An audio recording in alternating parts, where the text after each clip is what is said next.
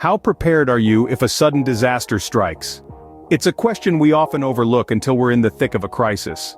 Whether it's a natural disaster like an earthquake or hurricane, a power outage that lasts days, or even societal disruptions that can turn life upside down, preparedness is key.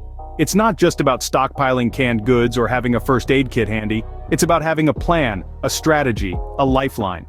Being prepared can mean the difference between chaos and calm during a crisis, between survival and disaster.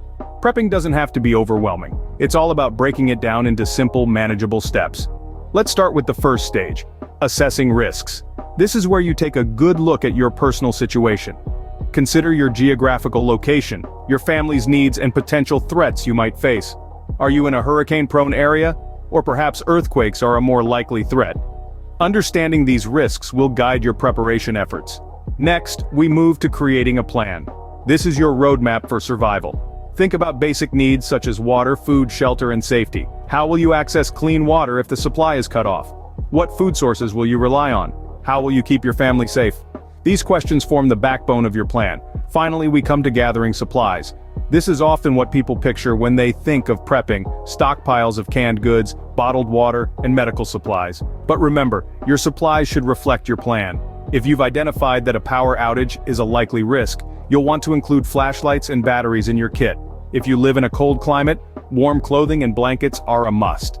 Prepping isn't about fear, it's about preparedness. It's about equipping yourself with the knowledge and resources to face any situation with confidence. Remember, the goal of prepping is not to be ready for every possible scenario, but to have a general plan and resources that can help in a variety of situations. So we've covered the basics of prepping: assessing your risks, creating a plan, and gathering your supplies. Let's take a moment to review these integral steps. First, we discuss the importance of assessing your risks. This involves identifying potential threats in your area, such as hurricanes, earthquakes, floods, or societal disruptions. Understanding your unique risks is the first step towards effective preparedness. Next, we highlighted the significance of creating a detailed plan. This plan should outline your actions in the face of each potential threat, ensuring you're never caught off guard. Finally, we explored the essentials of gathering supplies. From food and water to first aid kits and survival tools, having the right supplies can make all the difference during an emergency. Remember, the importance of prepping cannot be overstated.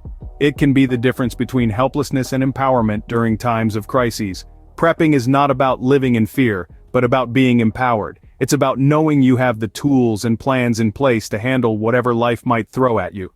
So start today, because the best time to prepare was yesterday, the second best time is now.